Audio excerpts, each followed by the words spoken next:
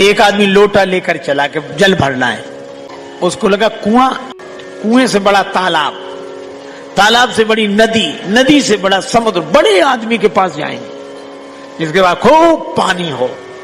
तो समुद्र के पास पानी पानी, इतना परिश्रम करके गया बड़े आदमी के पास कि पानी पानी मिलेगा, लेकिन समुद्र कितना ही बड़ा हो तुम्हारा लोटा तो उतना ही है।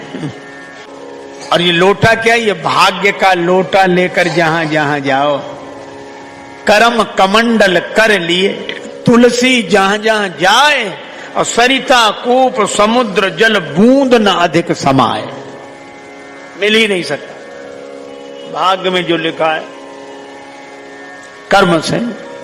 अच्छा, अब एक बात सोचो जरा, गंभीर बात है। जब हम लोगों को कर्म से ही मिलता है और भाग्य में जितना लिखा है उतना ही मिलता है, तो भगवान को मानने की जरूरत क्या है?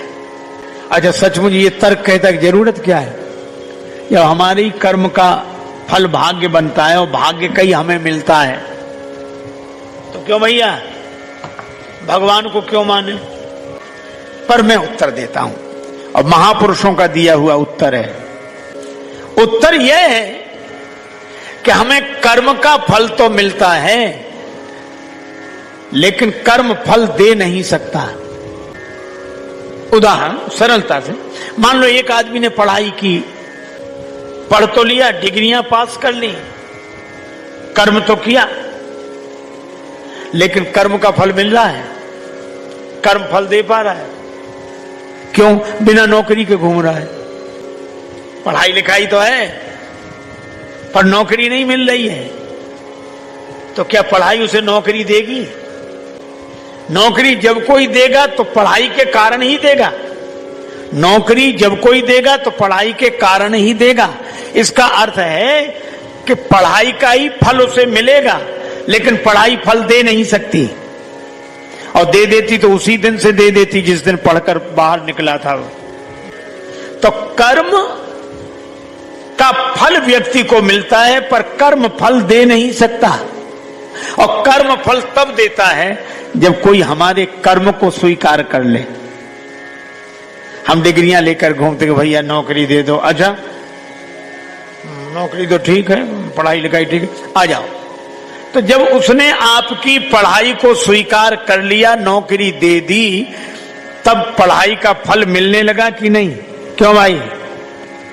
जब नौकरी उसने दे दी, जब कोई नौकरी दे देता है तो पढ़ाई का फल मिलने लगता है। अच्छा, नौकरी वो देगा जिसे जरूरत है, जिसे जरूरत होगी वही तो आपका कर्म स्वीकार करेगा। बस मैं भी आपसे यही कहता हूं कि भगवान कितने उदार हैं, और भगवान को क्यों मानना चाहिए? इसलिए क्योंकि भगवान को हमारे कर्म की जरूरत नहीं है, तो भी बिना जरूरत के हमारे कर्म स्वीकार करके उन कर्मों का फल हमें देते हैं। इसलिए हमें भगवान को मानना चाहिए। जननी जनक बंधु सुत दारा, तनु धन भवन सुहृद परिवारा। तो धन का भी। जय श्री राम। यह कहानी हमें एक गहरी सच्चाई सिखाती है। हमारी झोली में उतना ही आता है जितना भाग्य में लिखा है, पर फल देने वाला कोई और है। जैसे पढ़ाई हमें नौकरी नहीं देती, लेकिन पढ़ाई के आधार पर नौकरी देने वाला कोई युक्ति देता है, ठीक उसी तरह कर्म हमारे हाथ में है, पर फल देने वाला भगवान है। दोस्तों, आज की इस कहानी से बस एक बात दिल में बसा लेना, जीवन में जो भी मिला है वह किसी की कृपा से मिला है। तन, धन, परिवार, अवसर, रास्ते, ये सब हमारे अकेले के बनाए हुए नहीं है।